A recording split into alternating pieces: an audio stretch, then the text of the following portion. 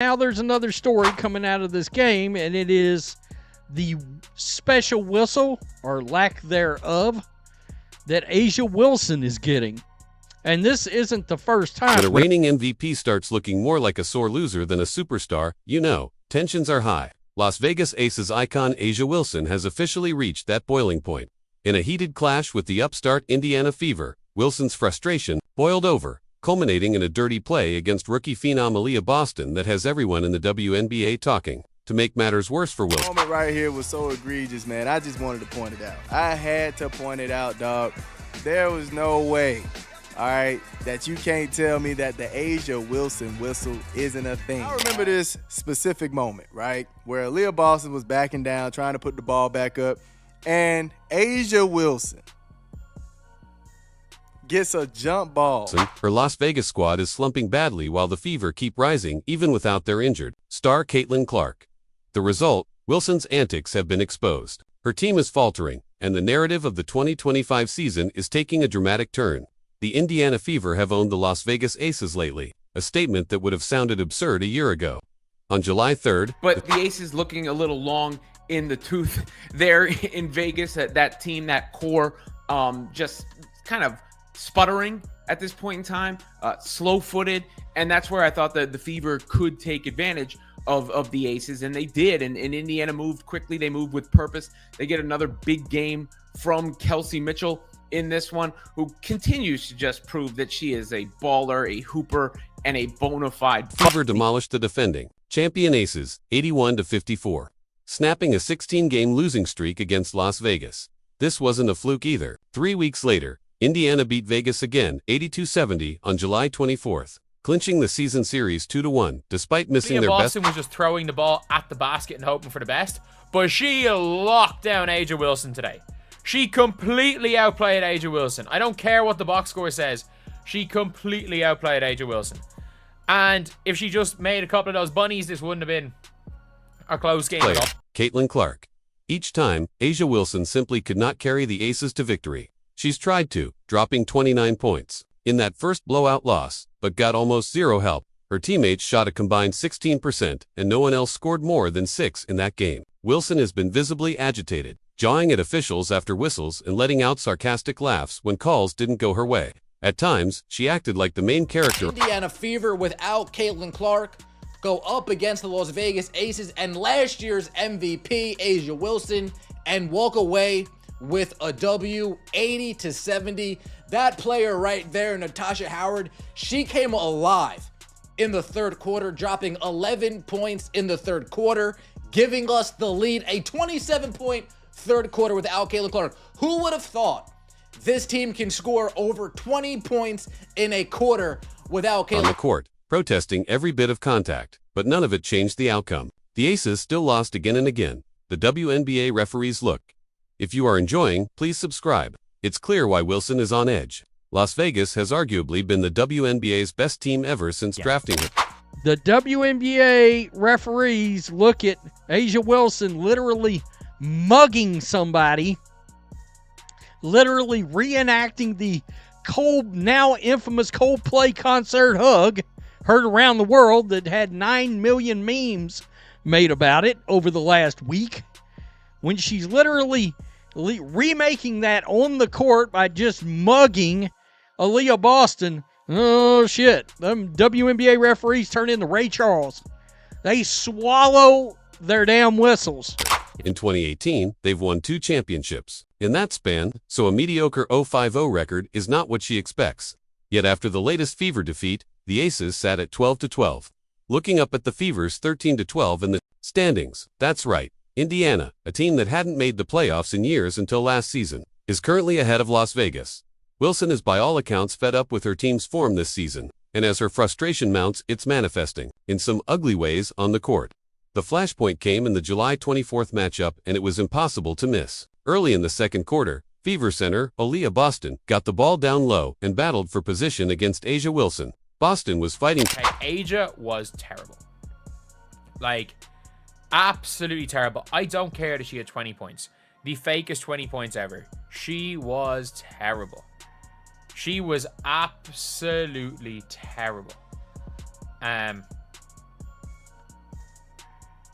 Like, to make a move to the basket when Wilson came up from behind and clamped down on her arms. For a good 10 seconds, the two jostled and grappled in the paint. Finally, a whistle blew, but incredibly the referee called it a jump ball instead of a foul. Boston was irate. She immediately turned to the official and protested. "She came from my back." Even the TV commentator chimed in disbelief. When you get someone from the back, it doesn't usually get you a jump ball. In other words, by all appearances, Wilson had mugged Boston, yet got away with it. The smile on Wilson's face after the no call said it all, as if she knew she'd gotten a gift from the refs. Fever fans were livid at the sequence and they took to social media to call it out. They pointed out that Wilson seems to get favorable whistles on the regular. Wilson gets away with these fouls all the time, especially against the Fever. Another fan observed, noting this exact A'ja Wilson, she gets the left hand on the ball, right? Slaps down, get a hand on the ball. Okay, cool. Still got it. Now, right here, watch this right hand now. Look at this right hand, y'all. Right hand grabs her, okay? Right hand grabs her. She knows she cheating. Look, she's smiling. She knows she cheated, y'all. Scenario had happened before. In fact, in a July 4th meeting between the teams, Wilson similarly came over a Fever player's back. That time, it was Lexi Hull trying to steal the ball. And once again, the refs inexplicably called a jump ball instead of a foul. Déjà vu. Anyone. It's a pattern that has not gone unnoticed. And Indiana's loyal supporters are furious. The A'ja Wilson whistle, as some call it, has sparked debate about inconsistent officiating across the league, with even Fever coach Stephanie White publicly criticizing inconsistent officiating this season. To add another layer of irony, recall that in the team's first matchup back in June, Wilson was the one accusing Boston of bad behavior. Camera footage caught A'ja barking to Aaliyah, flopping, "That's all you do," after Boston's reaction drew a foul call on Wilson. In Wilson's eyes, Boston was acting, selling contact for calls. Fast forward a month, and it's Wilson who's essentially bodies slamming Boston from behind, trying to prevent a score. The tables have turned. The dirty play came from A'ja, not Aaliyah. And everyone saw it. Wilson's rough tactics have been exposed to a national audience. And it's not a good look for the two-time MVP. The Fever did get the last laugh that night by winning the game, but the controversies overshadowed even the final score. And it's not just the Fever feeling. That happened. Let somebody even breathe on A'ja Wilson. I can't whistle. You get the point. I mean, they're hitting a buzzer. The pressure luck buzzer. The whammy starts coming out. All right, the whammies start coming out. Because A'ja Wilson going to the free throw line. She going to the free throw line. That's all there is to it. Wrath. Literally, the very next game on July 25th against Minnesota, Wilson's frustration boiled over again. In the first quarter, as she jockeyed for position with Lynx's all-star Kayla McBride, the two briefly got tangled and Wilson responded by shoving McBride with two hands, sending her sprawling to the hardwood. McBride hit the floor hard. The punishment, just a common foul on Wilson. No ejection, no flagrant, much to the disbelief of Minnesota fans. While there didn't appear to be prior bad blood between Wilson and McBride, that little exchange might have just started some. A'ja Wilson is developing a reputation for these outbursts of physical play, and opponents are taking note. As a result, referees and league officials are under pressure, too. How long will Wilson be allowed to push the envelope before real disciplinary action comes? Indiana's leader has never been shy about showing emotion on the court. Lost in all this drama is the fact that Indiana has been playing without the most electrifying rookie in the league, Caitlin Clark, yet still knocking off Asia's aces. Clark, who has been sidelined for several games with a left groin. Smiling at it. Look. Just a grinning. Look at this. What in the world's going on, man? Wrapping around her, hugging her. She knows she cheating. Look. And getting away with murder, bro. Diabolical work. Look at this. Hugging her. She is hugging her, fam. Oh, my goodness. What? Hey, Ref. At this point, man, she need to take her out to dinner, man. Take her out to dinner at this point, Ref. What's going on? Has had to watch these battles from the bench. But even injured, Caitlin's competitive fire burns hot. In a recent game, a Fever win over Connecticut, Clark needed to be held back during a heated confrontation with the referee, despite not even being in the lineup. With 4 minutes and 33 seconds left in the third quarter of that contest as officials reviewed a disputed out-of-bounds call, Clark was seen jawing at referee Mike Price while hobbling back toward the bench. Assistant coach Brienne January had to pull her away. Even then, Clark wasn't done. Moments later, she was yelling across the court at the refs again. "That's just rude. Grow up. Come here. Come here." Unbelievable. This is the kind of passion and leadership the Fever are missing on the floor while Clark heals up. She's just a rookie, but already Caitlin Clark is the heartbeat of the franchise. Last year in her debut season, she took Indiana to the playoffs for the first time since 2016, shattering expectations for a team that had been a league doormat for years. Clark proved she could carry a team on her back, leading Indiana in points, assists, and steals, and showing maturity beyond her years. As one Uh-oh. Wonder what he said. Oh! She was about to run over there. I'm not a good lip reader. What did he say? Sorry. I got it, but I don't want to read card 99. Huh. She said basically, "Are you kidding me?" to Michael Price, and that was Breon January, who is. She said, "That's just rude. 9 Grow up." years in Indiana. Oh! On the staff. Oh my That's goodness. a live shot now of Caitlin Clark. What's the issue? What happened? He's still upset and wants an explanation Ooh. from Michael Price. She's gonna be calling him. He's The like, season what? review noted, many players might have folded under the pressure and hype, but Clark tuned out the noise and established herself as arguably the best point guard in the league, even as a rookie. The so-called Caitlin Clark effect saw the Fever set attendance records as fans flocked to see her play. Simply put, she's a franchise-changing superstar, the kind of player who can single-handedly elevate a team's ceiling. Knowing all that, imagine how it feels for A'ja Wilson right now. Last year, Wilson was the MVP and won her third championship with a loaded Aces team. Meanwhile, Caitlin Clark was a newcomer, turning a lottery team into a playoff qualifier by pure force of will. Fast forward to the present. Clark is temporarily out, yet her Fever are still finding ways to win without her, toppling giants like New York and Las Vegas. Another nice sight for the Fever to see was this from Cece hopping off the bench.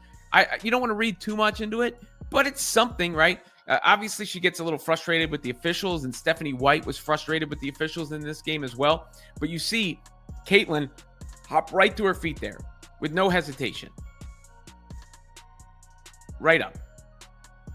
That, again, you can be injured, and that can happen, but not moving too gingerly there on the sideline was Caitlin Clark, which is another positive. Wilson, on the other hand, suddenly doesn't have the luxury of multiple all-star teammates performing at a high level, and she's struggling to carry the load. Her frustration with that reality has spilled into shouting matches, dirty plays, and constant chirping at reps. It's a stark contrast in leadership styles.